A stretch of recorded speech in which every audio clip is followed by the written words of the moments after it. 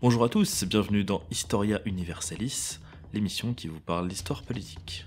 Souvenez-vous, après avoir écrasé la révolte ionienne, les Perses ont traversé la mer Égée et se sont emparés de nombreux territoires grecs.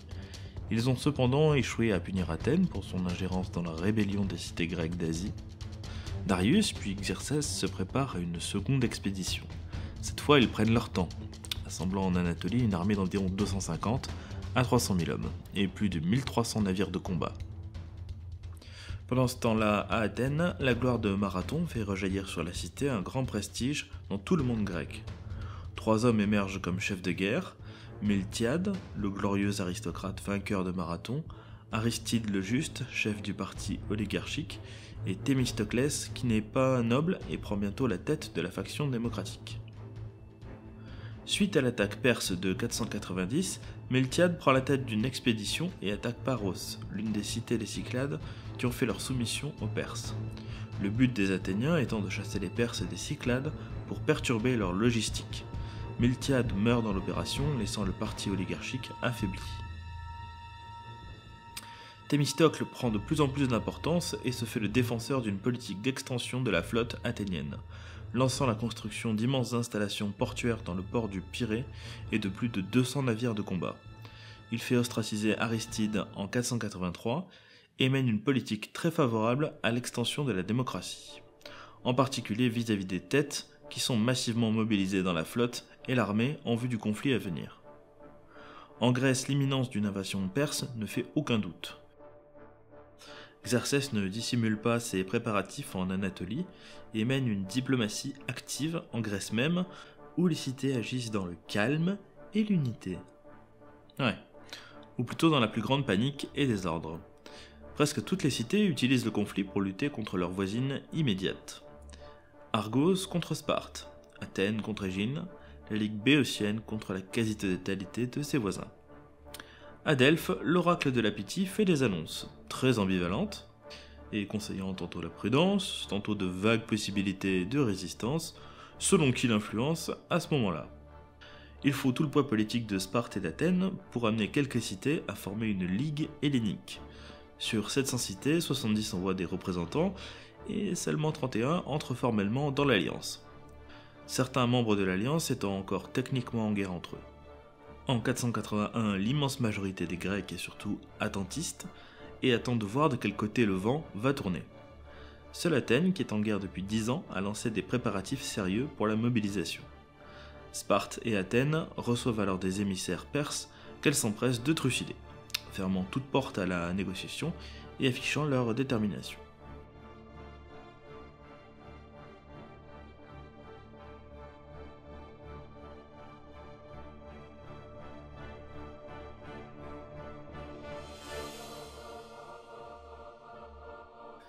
Xerxès s'élance de l'Hellespont qu'il traverse en 480 et fait marcher son armée jusqu'en Macédoine. Grâce à une logistique exemplaire, il dispose de nombreux dépôts et son armée arrive intacte aux frontières de l'Hellada. Cependant, Xerxès sait qu'il n'a assez de ravitaillement pour son armée que pour une campagne de 1 an. Les Grecs doivent donc jouer la montre et faire durer le conflit pour espérer voir l'armée perse fondre de faim et de maladie. Alexandre, roi de Macédoine, qui est vassal de Xerxès, joue sur les 2 tableaux et avertit les Grecs. Soucieux de maintenir la Thessalie et la Béotie dans la Ligue hellénique et de ne pas les voir se rallier aux Perses, les alliés parviennent à envoyer 10 000 hommes bloquer Xerxès à la frontière macédonienne. Se retrouvant en infériorité numérique, écrasante, et face à la capacité de manœuvre des Perses, les Grecs doivent reculer jusqu'aux Thermopyles. Toute la Thessalie et les villes au nord des Thermopyles tombent alors et se rallient aux Perses. Thémistocle suggère alors au Conseil de la Ligue de défendre la passe des Thermopyles, qui protège la Grèce centrale. L'endroit est stratégique et symbolique, car il protège directement Delphes, la ville sacrée pour les Grecs. Pendant ce temps-là, la flotte grecque défendra l'Artémisium, le cap au nord de l'Eubée, qui permettrait aux Perses de prendre à revers les Grecs grâce à leur flotte. Cependant, les Péloponnésiens, Sparte, Corinthiens et alliés, ne semblent pas vraiment croire dans ce plan, mettent tous leurs efforts à fortifier l'isthme de Corinthe au sud. Ils n'envoient donc un détachement dérisoire avec le reste de l'armée grecque. Les Athéniens eux-mêmes n'ont aucune confiance dans leurs alliés et évacuent massivement leur cité à Salamine. Xerxès, qui connaît le calendrier religieux grec, sait d'ailleurs que les Péloponnésiens seront immobilisés par leurs fêtes religieuses, ce qui ne manque pas d'arriver. Seuls 7000 à 20 000 Grecs, dont certainement beaucoup d'auxiliaires, défendent la passe des Thermopyles. Après seulement 2 jours de combat, les Perses manœuvrent, flanquent l'armée grecque, qui n'a elle aucune capacité manœuvrière. L'armée grecque se débande, tandis que les Thespiens, quelques Thébains et une poignée de Spartiates se sacrifient dans une action de retardement. L'arrière-garde grecque encerclée se fait massacrer. Les Perses viennent de remporter une grande victoire en quelques jours contre un adversaire qui avait de gros avantages, notamment le terrain. Les pertes des Perses sont négligeables. Les Grecs par contre ont non seulement perdu de bonnes troupes, mais surtout la Ligue béotienne, avec Thèbes, fait immédiatement défection aux Perses. Thespie et Platée sont également rasés. Plus grave, la route vers l'Attique, donc vers Athènes, est ouverte, ce qui signifie à court terme la chute prochaine d'Athènes. Pendant ce temps-là, à Artémisium, la flotte grecque livre bataille à la flotte perse. C'est un sanglant match nul, et les Thermopyles étant tombés, les Grecs se replient vers Salamine. La flotte perse qui tente d'envelopper les Grecs par le sud de l'Eubée échoue cependant à les bloquer et subit de lourdes pertes à cause du mauvais temps. La nouvelle ligne de défense grecque se situe dorénavant sur l'isthme de Corinthe, défendu par les Péloponnésiens, et dans le golfe de Saronique, où les restes de la flotte grecque doivent empêcher les Perses de contourner la défense de l'isthme. Les Perses, après avoir rallié la Béotie, entrent en Attique et rasent Athènes. Au vu de la situation opérationnelle, ils décident de lancer leur flotte pour obtenir la suprématie navale et débarquer sur les arrières de l'isthme de Corinthe. Les Grecs décident de jouer la guerre dans une seule bataille navale massive. Sous le commandement de Thémistocle, la flotte grecque combinée, comptant 400 trières, dont la moitié sont athéniennes, affronte la flotte perse, 1200 navires, dans la passe de Salamine. Après des heures de combat acharnés, les Grecs prennent le dessus, démontrant l'importance dans le conflit de la suprématie navale. Ils détruisent 200 à 300 trières perses au prix de 40 de leur côté. La flotte perse reste plus nombreuse, mais elle a perdu l'absolue domination qu'elle exerçait depuis le début de l'invasion. Face à une campagne qui dure et aux menaces sur son ravitaillement, que fait peser la perte de la suprématie navale, Xerxès décide de retourner dans l'Empire. Il laisse son cousin Mardonios avec une force de 60 000 hommes pour finir l'invasion de la Grèce. Les Perses contrôlent presque toute la Grèce, mais leur position est précaire. De plus, les Grecs ont compris qu'ils étaient capables de vaincre sur mer, où leur savoir-faire surclasse celui des Égyptiens, Phéniciens et Ioniens qui combattent pour Xerxès. De plus, la brutalité que les Perses exercent contre les cités grecques de la Ligue achève de convaincre la Ligue qu'elle doit se battre jusqu'au bout. Les Athéniens et les Spartiates se livrent à la levée en masse, bien au-delà des traditionnelles classes guerrières, mobilisant toutes leurs forces et leur population, affichant une détermination bien plus élevée que leurs adversaires.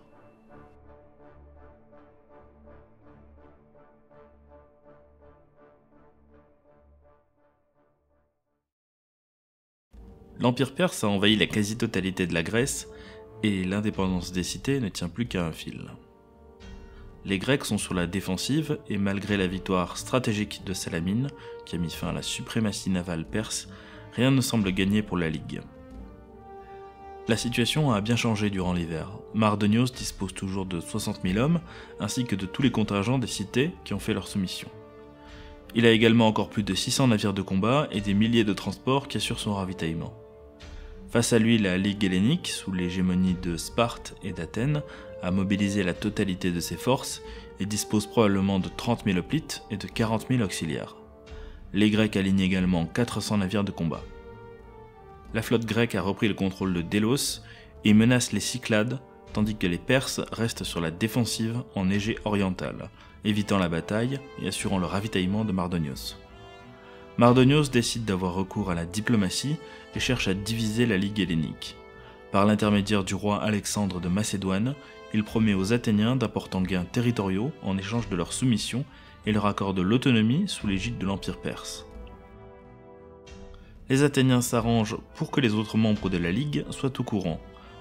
Ils font en effet pression pour que la Ligue mène une offensive terrestre pour libérer l'Attique, ravagée par les Perses, allant jusqu'à retirer leur flotte des opérations contre les Perses. Le chantage des Athéniens fonctionne et l'armée grecque marche à travers l'isthme dans le but d'engager les Perses en bataille sur un terrain montagneux favorable. Mardonios cherche lui à attirer les Grecs en Béotie, où le terrain plat est plus à l'avantage de son armée manœuvrière. Finalement, les Grecs s'établissent à Platée, face aux Perses. La bataille s'engage et après bien des péripéties, l'armée perse est malmenée et se replie en Thessalie. Son commandant Mardonios et la plupart de ses subalternes meurent durant la bataille. Quasi simultanément, la flotte grecque mène un raid contre les Perses en Ionie. La flotte perse se retranche à Mycale et est anéantie, donnant la suprématie navale aux Grecs. Décidant d'exploiter la situation, la flotte grecque attaque l'Hellespont. Les Athéniens capturent l'immense base perse de Sestos. Beaucoup plus grave que Platée, cette défaite entraîne la défection en masse des Ioniens, qui passent du côté de la Ligue hellénique. En 478, les Grecs attaquent Chypre et Byzantium. Ce sont des succès, mais les Spartes qui dirigent les opérations sont évincés par les Athéniens, plus populaires. Les Péloponnésiens décident de mettre fin aux opérations militaires, estimant que la libération de l'Ellada et de l'Asie mineure, les buts de guerre initiaux, étaient atteints. Les Athéniens souhaitent quant à eux continuer, et forment en 477 une nouvelle alliance appelée Ligue de Délos, dont ils seront l'hégémon, c'est-à-dire les meneurs. Organisée par Aristide, la Ligue centralise contributions financières et militaires. Elle devient l'organe de direction politique et stratégique des cités ralliées. Bien qu'organisée comme une alliance entre pairs, elle devient très rapidement un outil de domination purement athénien. La Ligue continue la contre-attaque grecque et chasse les Perses de leur dernière base en Thrace et en Égée au cours de la décennie. Thasos, Skyros et finalement Naxos tombent aux mains de la Ligue. Les contre-attaques des Perses échouent alors que la Ligue a acquis de vraies capacités opérationnelles. Simon lance une attaque préventive à la bataille de l'Eurymédon qui détruit la flotte perse. Dorénavant, les Perses restent passifs et sur la défensive en Anatolie. Dans leur arrogance, les Athéniens soutiennent une révolte de la satrapie d'Égypte et y envoient une expédition considérable qui s'y fait écraser. La menace perse sur la Grèce étant écartée, et la guerre civile permanente ayant repris son cours en Grèce, les Athéniens parviennent à une forme de paix négociée avec la Perse vers 449, appelée la paix de Callias. Les hostilités cessent et les Perses s'engagent à ne pas avancer de troupes à proximité de l'Ionie, qui reste nominalement soumise, mais dégagée de toute obligation réelle vis-à-vis de l'Empire. Ainsi s'achèvent momentanément les guerres médiques. Les Grecs reprennent leur querelle.